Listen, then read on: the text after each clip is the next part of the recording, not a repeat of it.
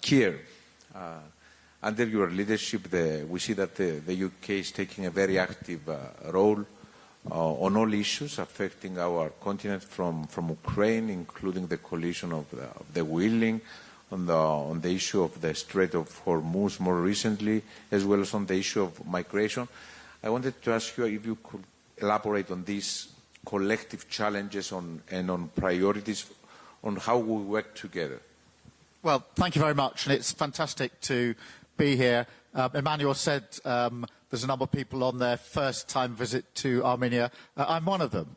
And so thank you for the very warm welcome. It's really fantastic to be here, to get a real sense of the history, the culture, but the warmth of the welcome, I think, has been something that all of us who are here for the first time have really noticed, and thank you very much for that. Look, the European political community is a good opportunity for us to come together in this configuration and discuss and return to the challenges that face us all, whether that's the economy, whether that's energy, whether that's irregular migration, as Georgia has said, which was the theme, actually, of the last EPC that we had just 6 months ago. And there's a declaration that we've put together for this EPC, which is really important in taking that work forward. But what I'd say about this particular summit is that the backdrop has changed. We are now facing a war on two fronts. We're going into the 5th year of the Ukraine war, and we've got the Iran conflict at the same time. And both of those are impacting all of us in a very material way. In the United Kingdom, if you look at the economic forecast now and compare it to the economic forecast just 3 or 4 months ago, they are in materially different places. And this is going to play out with our electorates in all of our countries. The impact is not just economic. Certainly in the United Kingdom and elsewhere, there are proxy attacks going on, both Russia and Iranian, on our streets and by way of cyber attacks. So this is not something remote. It's very real. It's real for Vladimir, and we, of course, stand with him, as we always have. But it's impacting us. The third way it's impacting us has already been alluded to, which is that we cannot deny that some of the alliances that we have come to rely on are not in the place we would want them to be. There is more tension in the alliances than there should be. And it's very important that we therefore face up to this as a group of countries together. At the tactical level, I think we've been pretty good. So on the coalition of the willing, in relation to Ukraine, we've put together and sustained a group of countries around a single purpose, which is security guarantees for Ukraine. So a group of willing countries working together with a common purpose or a single purpose, where we've got the political alignment, but we've also got the military planning into quite an advanced place. That model is the one that we've borrowed into the Strait of Hormuz.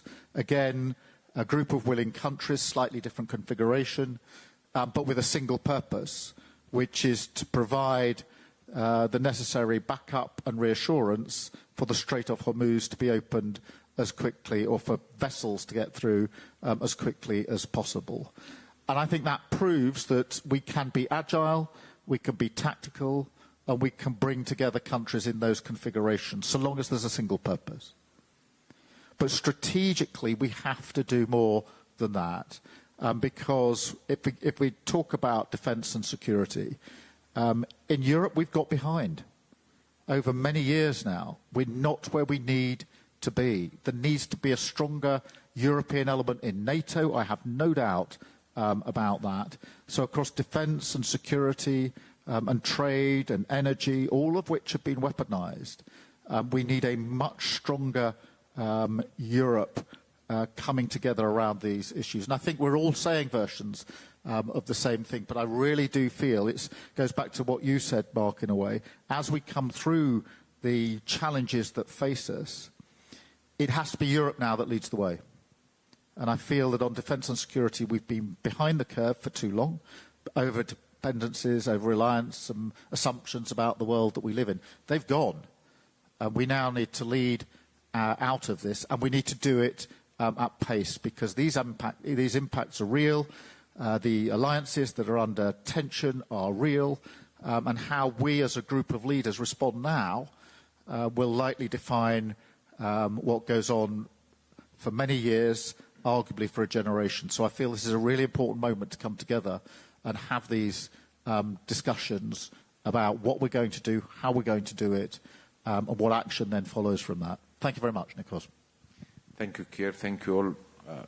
I think it is clear from the discussion that the strength of the whole of Europe approach lies in our shared values.